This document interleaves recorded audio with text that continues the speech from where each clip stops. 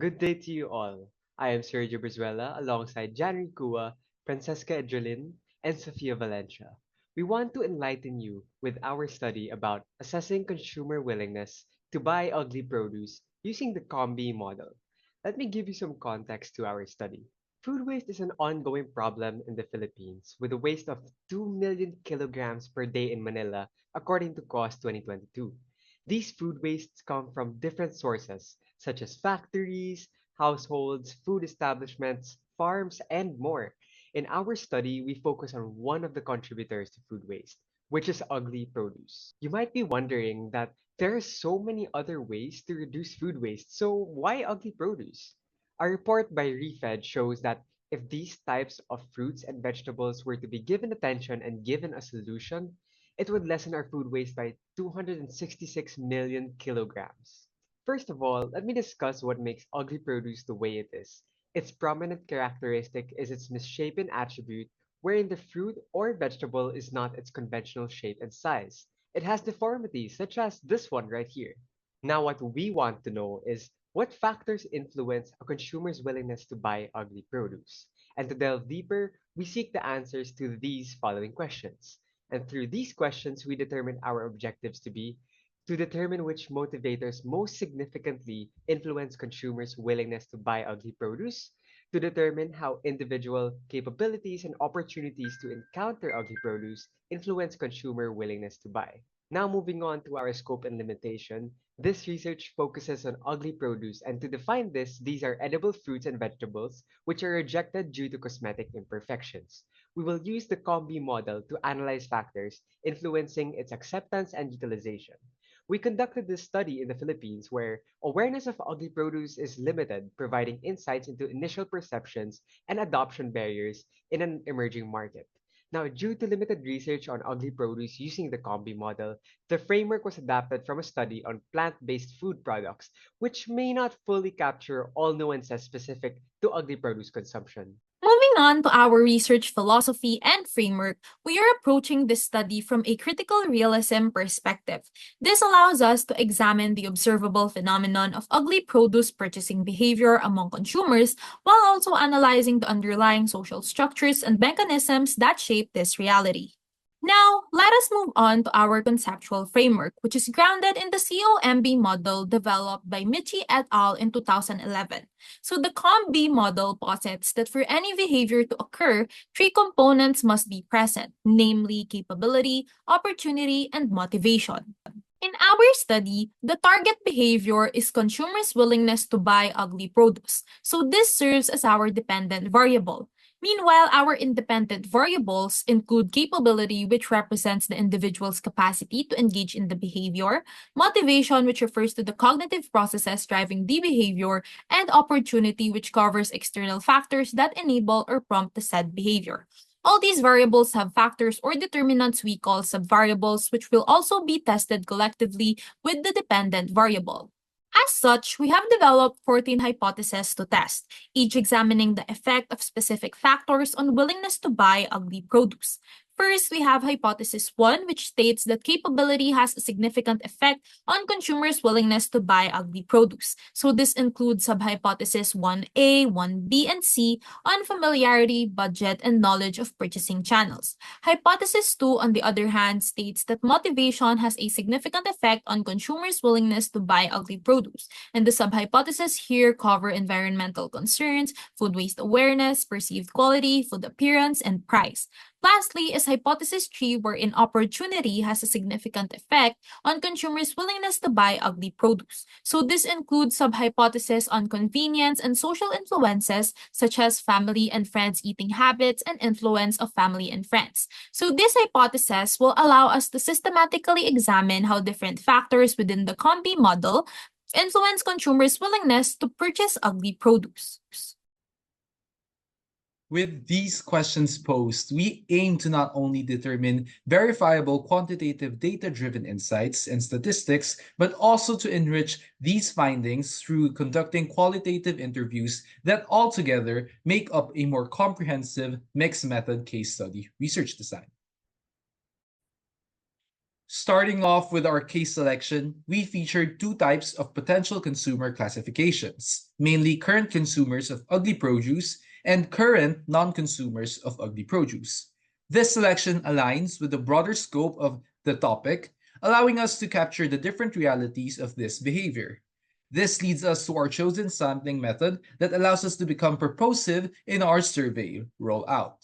A non-probability sampling approach, mainly the snowball method.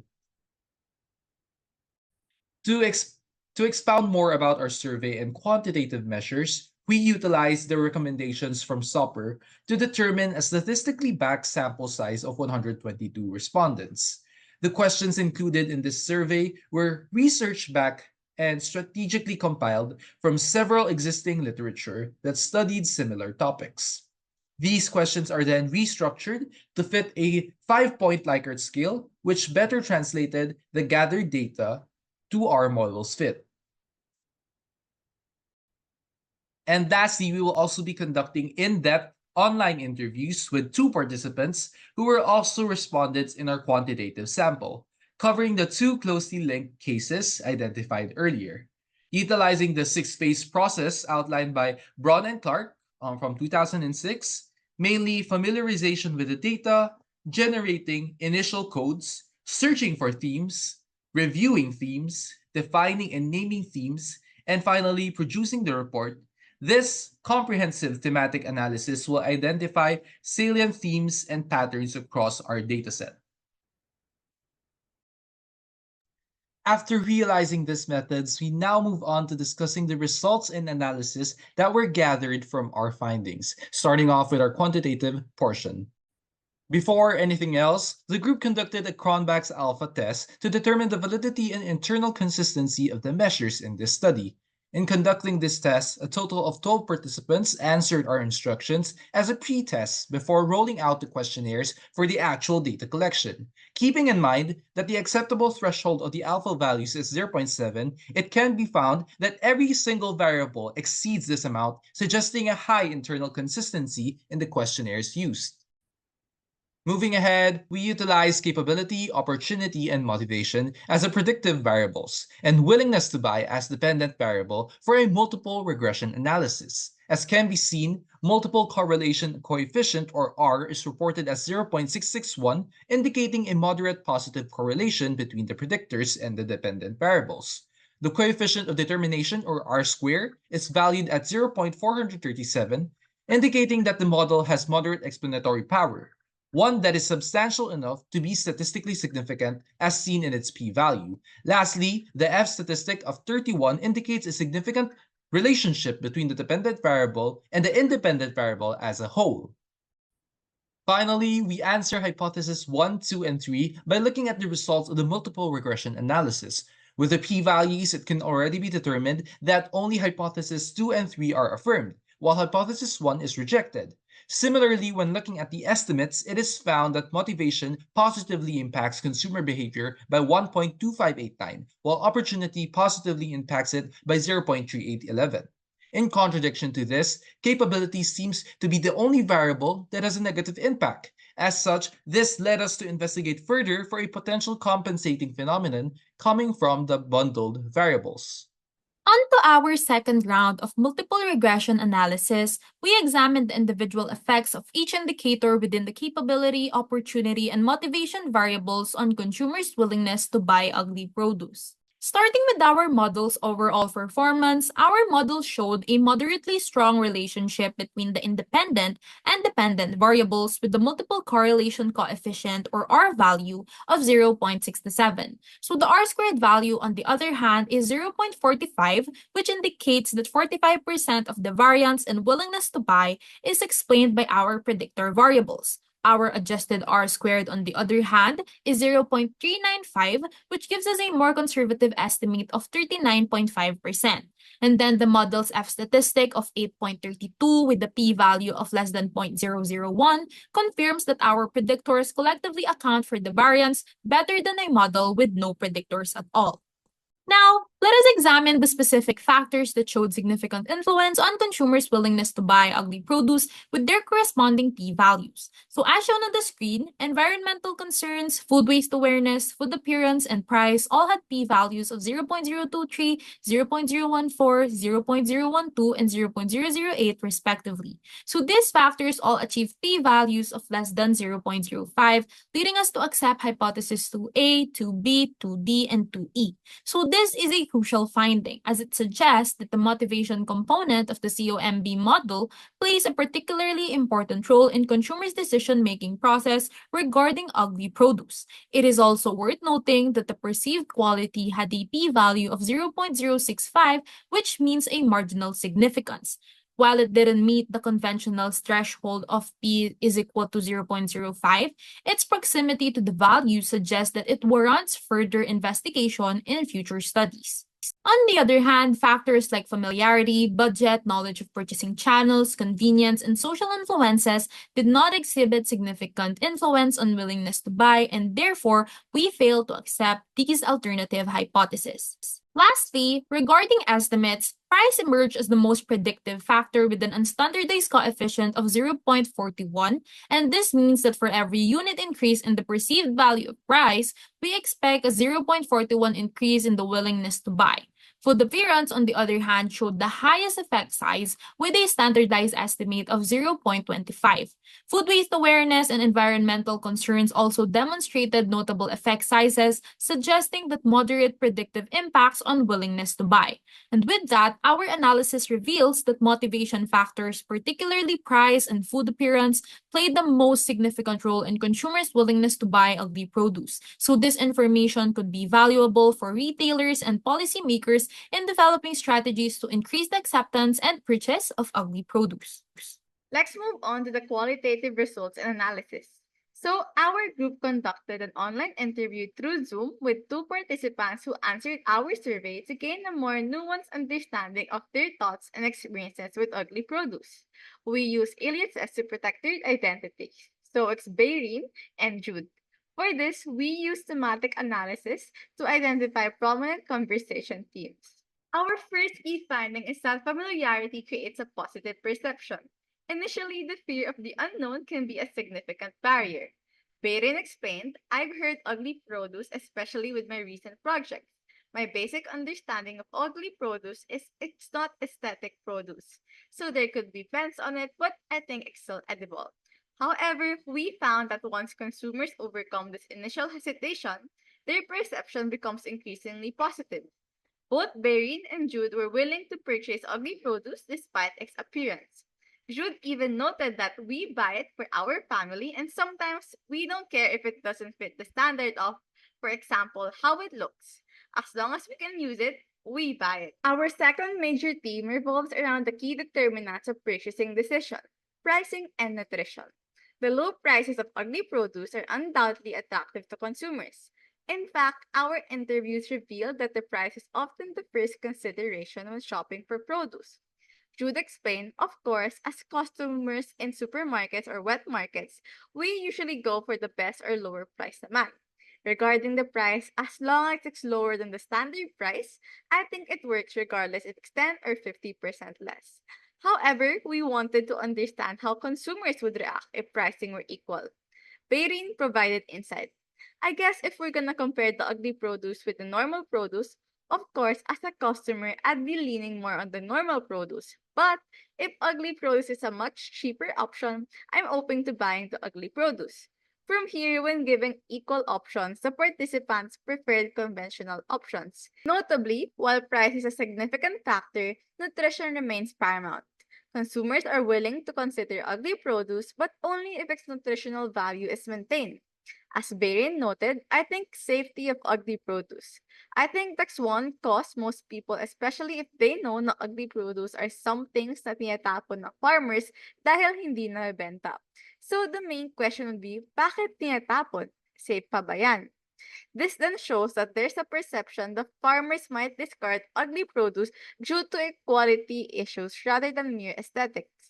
This raises questions about the underlying concern of hidden food safety issues in potential consumers' minds, and admittedly, such perceptions significantly hinder the widespread adoption of ugly produce. Our third key finding is that purchasing ugly produce is largely a matter of personal preference. Interestingly, our quantitative findings suggested that family eating habits may not significantly influence individual choices regarding ugly produce. Our qualitative data supported this. As Bayern stated, I think one thing why most people did, the people around them yung kinakain nila, it doesn't affect them kasi what you eat is a personal choice naman talaga. Personal experiences emerged as crucial in the acceptance of ugly produce. Jude also described a fairly quick adoption process. Oh, okay, this is still useful naman, and it made our food taste great. Our interviews also yielded valuable suggestions for promoting ugly produce.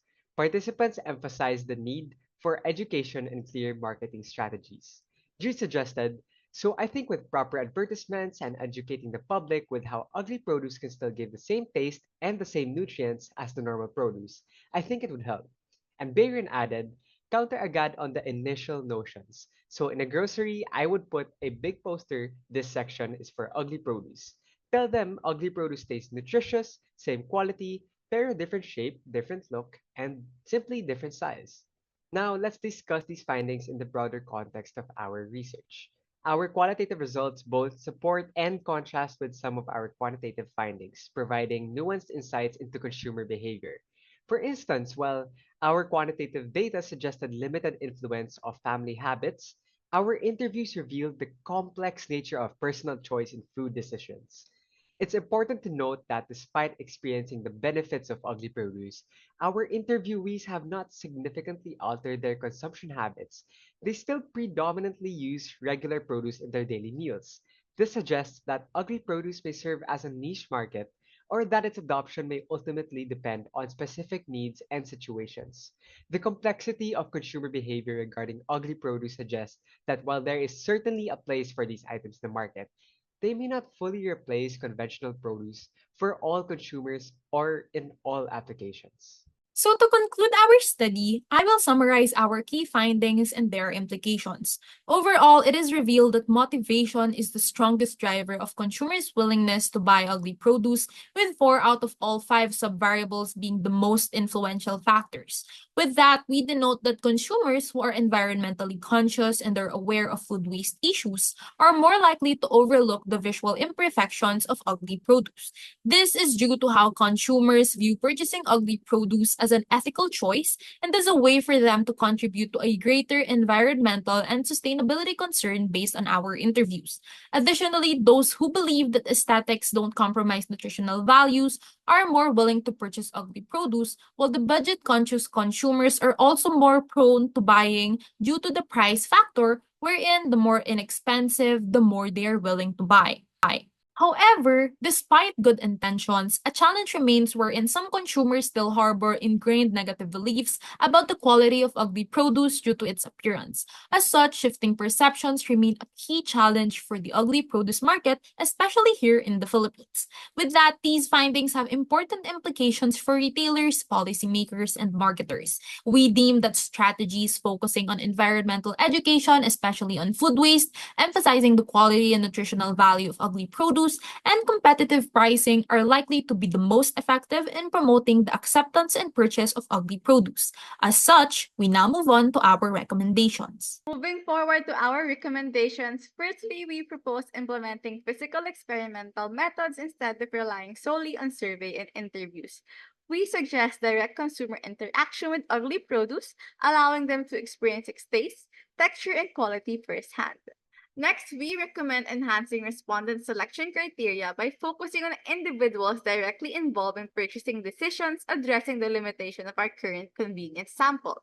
For qualitative data, we suggest selecting respondents with varying levels of exposure to ugly produce, as including participants with no prior exposures will provide the broader perspective.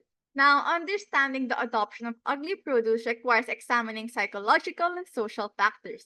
Thus, investigating how culture, values, and the likes influence acceptance will help identify effective ways to educate the public and alter beauty standards for produce. From a business perspective, we recommend evaluating the impact of point of sale educational intervention on purchase intentions. In addition, future research should explore the influence of advertising methods in B2B marketing channels, which can create new opportunities for the adoption of ugly produce. That concludes our presentation for Team Marketeers. We hope our insights have not only informed you, but also inspired the shift in perspective. Thank you and have a great day ahead.